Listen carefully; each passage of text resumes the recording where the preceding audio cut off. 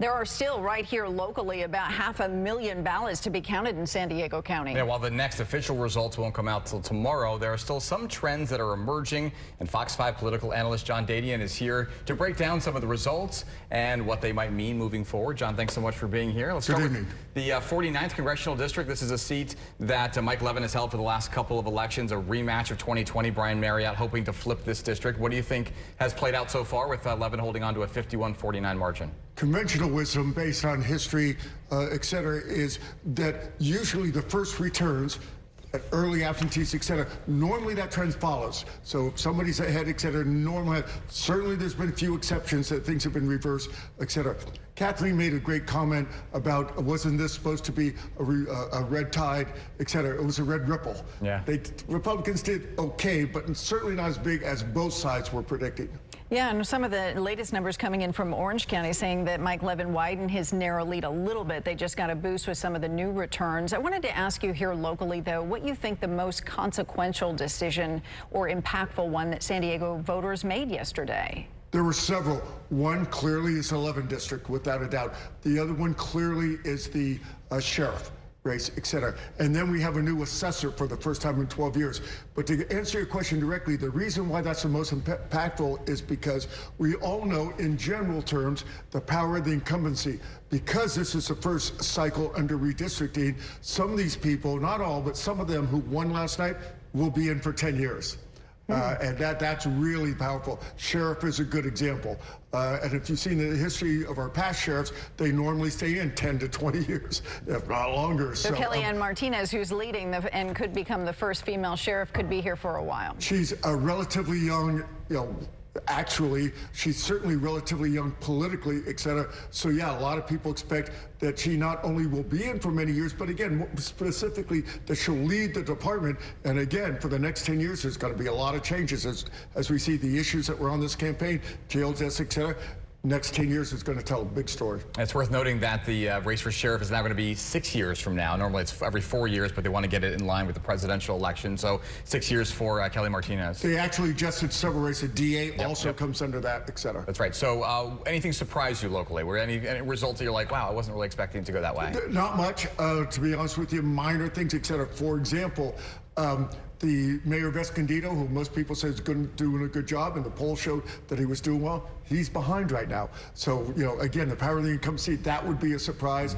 But other than that, not a lot. I mentioned the assessor race. Again, a lot of people don't even know what the assessor does. So when they vote, maybe they don't know, et cetera. But the opponent, Jordan Marks, was the candidate who looks like he's ahead. But the opponent was Barbara Bree, former council member, former mayor candidate, but a lot of people were surprised she didn't run a real aggressive campaign, didn't do a lot of fundraising, certainly compared to her opponent. So that surprised a lot of people. And again, that margin was pretty wide. We don't see that changing. Yeah, she had the name recognition. So we touched on it with our live report from Washington, D.C. Everyone really is glued on the balance of power in Congress. We know that the Senate race in Georgia is now going to go to a runoff between Warnock and Walker December 6th.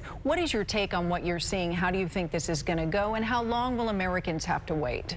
Well, basically, they'll have to wait till after the Georgia runoff, quite honestly, even if they're ahead.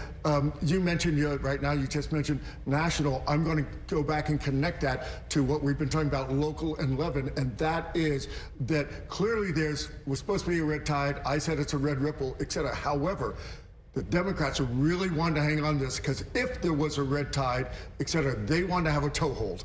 They wanted to be here. And again, a lot of people I was downtown last night at Election Central. A lot of people were commenting on the races, and I'm like, you're not looking at the right numbers, because to use 11 district as an example is part of Orange County, not a large part. Yeah. It's mostly San Diego. So you've got to look at Secretary of State website and not just San Diego County, because on the San Diego Registrar, that's only reporting to San Diego. Other than that, nationally, I will say this. Another reason why the Walker race in Georgia is important, because even if the Republicans get the Senate by 1 or 2 votes, people saying, okay, well, they've got a majority. No, as we know, we're all human. A year can go by, somebody could pass away in office, et cetera, things could tighten up. And if it ever does get back to what it's been the last 2 years, as far as tide, the vice president comes in. We don't know who's going to be the vice president in 2 years. So all of these factors other scenarios that we're all looking at. And it's like a chess piece. You move one, it affects the other. Yeah. Before we let you go, I just want to ask you about Governor Newsom. We barely even talked about the fact we had a race for governor last night. They called it right after the polls closed. Any thoughts on Governor Newsom's position for now? governor? Well, but Andrew made a really good point. There was such focus on Ron DeSantis winning his race in Florida handily. But Gavin Newsom ran away with his too. Why the emphasis? Well, actually, let me get back to you. One of the questions you asked me is, were there any surprises? One of the surprises during the campaign was a week or two ago during a debate of the two gubernatorial candidates that Governor Newsom made the comment that he would fulfill the 4 years. Right. I think that's going to put him in a tight spot because clearly the conventional wisdom is he's running now. I mean, yeah. He's not thinking about, he's running now. So we're going to see how, and there's ways to get out of that. Bill Clinton made a pledge when he was governor of Arkansas that he would fulfill the term. He was brilliant. He went around to all the local small communities and said, what should I do? I want to listen to you. And they all said, run for president. Yeah. And that's how he got out of that pledge. So Newsom can get out of it quite easily. Well, one thing the politicians know how to do is hedge their bets a little bit, right? I have no idea what you're talking about. Would they lie? Of course not. All right, John. All right, John. Yep. We appreciate Dadian, the insight. thanks for Thank being you very here. much. It's interesting to hear the perspective, especially when you consider the situation that, it was a blowout for the governor there.